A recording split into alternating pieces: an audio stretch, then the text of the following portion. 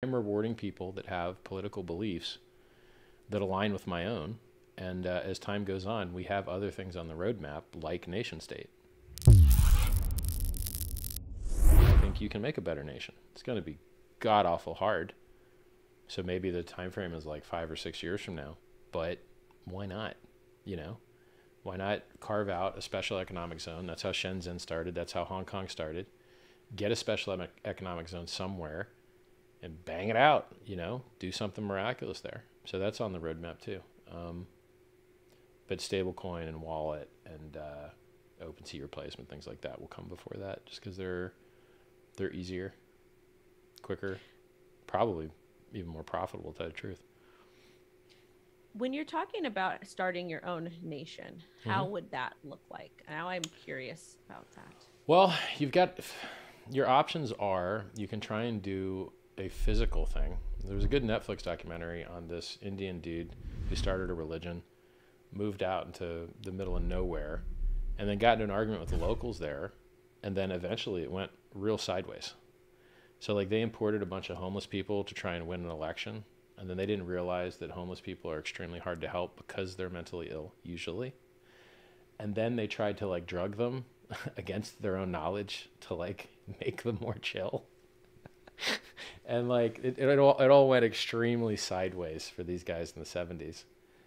And then so you would have to, I mean, there are historic records of people making it work. So we've got there's a little Italy in New York, there's a little Puerto Rico, there's a lot of things. You know, Miami, there's places where you can just talk Spanish and that's it. There is no English. There's just Spanish. So in America, we do have pockets of successful cultures operating. And then the question is, you know, how do you extract yourself from the parts of the nation that you don't like? Maybe you don't like supporting the military-industrial complex.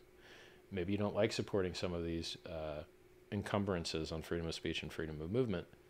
Well, then you need to control your physical location. And there's limited options to do that.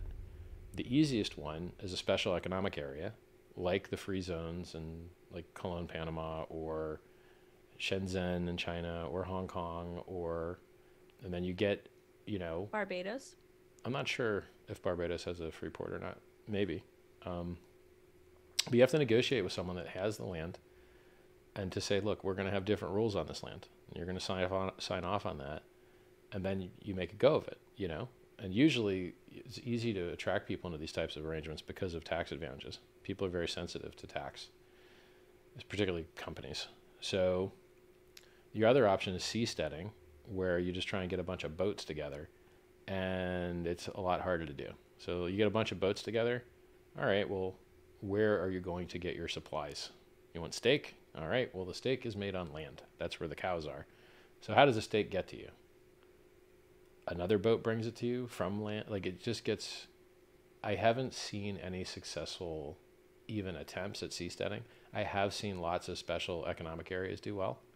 So I would probably attack it from a special economic area perspective.